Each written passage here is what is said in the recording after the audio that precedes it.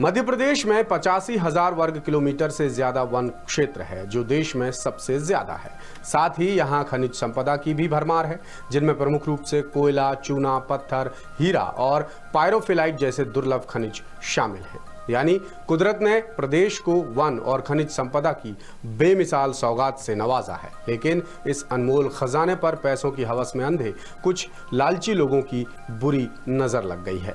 ताजा मामला टीकमगढ़ जिले की जतारा तहसील से सामने आया है, जहां ग्राम पंचायत की फर्जी अनुमति पर वन क्षेत्र में अवैध खनन की तैयारी शुरू हो गई है। बताया जाता है कि छतरपुर की खजुराहो मिनरल्स कंपनी को 12 हेक्टेयर यानी करीब 30 एकड़ वन भूमि 30 साल के लिए लीज पर दी गई है और कांग्रेस के पूर्व विधायक आलोक चतुर्वेदी यानी पज्जन भैया कंपनी के मैनेजिंग डायरेक्टर हैं।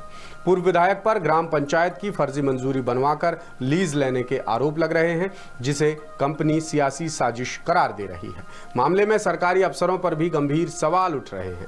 ये मामला तब सामने आया जब एक आरटीआई एक्टिविस्ट ने आर्थिक अपराध प्रकोष्ठ यानी ईओडब्ल्यू में शिकायत की, जिसके बाद ईओडब्ल्यू ने जांच भी शुरू कर दी है। क्या है ये पूरा माजरा, बता रहे हैं भोपाल से हमारे इनपुट हेड रवि अवस्थी और टीकमगढ़ से संवाददाता रूपेश जैन।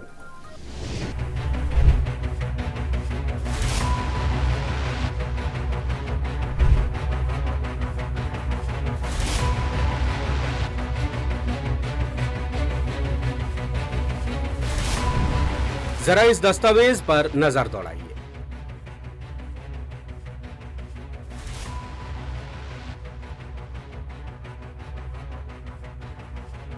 ये उस शिकायत की कॉपी है जो टीकमगढ़ के आरटीआई एक्टिविस्ट ऋषभ जैन ने ईओडब्ल्यू में की है। शिकायत के मुताबिक टीकमगढ़ जिले की जतारा तहसील के वन क्षेत्र में पायरोफिलाइट और डायस्पोर खनिज बड़ी मात्रा में पाए जाते हैं, जिनके खनन के लिए छतरपुर की खजुराहो मिनरल्स कंपनी को 12 हेक्टेयर वन भूमि 30 साल की लीज पर दी गई है। लेकिन खदान आवंटन के लिए ग्राम पंचायत से जो मंजूरी ली गई थी, उसके तमाम दस्तावेज फर्जी हैं, क्योंकि हकीकत में ग्राम पंचायत ने खनन की कोई अनुमति नहीं दी थी। फर्जी दस्तावेजों में खदान की मंजूरी की जो तारीख लिखी है, उस वक्त मक्खन घोष सरपंच थी, जिन्होंने शपथ पत्र के जरिए बताया कि ग्राम पंचायत ने कभी भी खदान के लिए अनुमति नहीं दी है। यही नहीं, पंचायत के तत्कालीन सचिव और जतारा जनपद सीईओ ने भी लिखित पुष्टि की है कि ग्राम पंचायत के दस्तावेजों में खदान की अनुमति से जुड़ा कोई रिकॉर्ड उपलब्ध नहीं है, जिससे इन आरोपों को बल मिलता है कि कंपनी के मैनेजिंग डायरेक्टर और छतरपुर से कांग्रेस के पूर्व विधायक आलोक चतुर्वेदी उर्फ पज्जन भैया ने सियासी प्रभाव का इस्तेमाल कर खदान की फर्जी मंजूरी बनवाई है। मामले में संबंधित वन भूमि की रजिस्ट्री और लीज आवंटन कराने वाले अधिकारियों पर भी गंभीर सवाल उठ रहे हैं, जिन्होंने आवेदन के साथ संलग्न दस्तावेजों को जांचने, परखने और सत्यापन करने की कोई जहमत नहीं उठाई। बताया जाता है कि जिस जगह खदान आवंटित की गई है, वो इमारती लकड़ी वाला सघन वन क्षेत्र है। वन विभाग से मिली जानकारी के मुताबिक खदान के लिए 218 दुर्लभ किस्म के पेड़ों को काटा जाएगा, जबकि खनन शुरू होने के बाद सैकड़ों पेड़ों की बलि दे दी जाएगी। वन विभाग का स्थानीय अमला संबंधित वन क्षेत्र में कोई भी वन्य प्राणी नहीं होने की बात कह रहा है, जबकि विभाग की ही वन्य प्राणी शाखा की राय स्थानीय अमले से जुदा है। इधर ईओडब्ल्यू की जांच शुरू होने के बाद दासूत्र ने कंपनी के मैनेजिंग डायरेक्टर और पूर्व विधायक आलोक चतुर्वेदी से बात की, तो वो बोले कि ऋषभ जैन की शिकायत मनगढ़ंत और राजनीति से प्रेरित है। कंपनी ने खदान के लिए करीब 1 दशक पहले आवेदन किया था। केंद्र और राज्य सरकार समेत ग्राम पंचायत की मंजूरी के बाद ही खदान की लीज मिली है। अगर पंचायत के पास अनुमति संबंधी रिकॉर्ड मौजूद नहीं है, तो इसमें कंपनी की कोई गलती नहीं है। अब आपको मध्य प्रदेश में पायरोफिलाइट और डायस्पोर खनिज की उपलब्धता और अहमियत बताते हैं।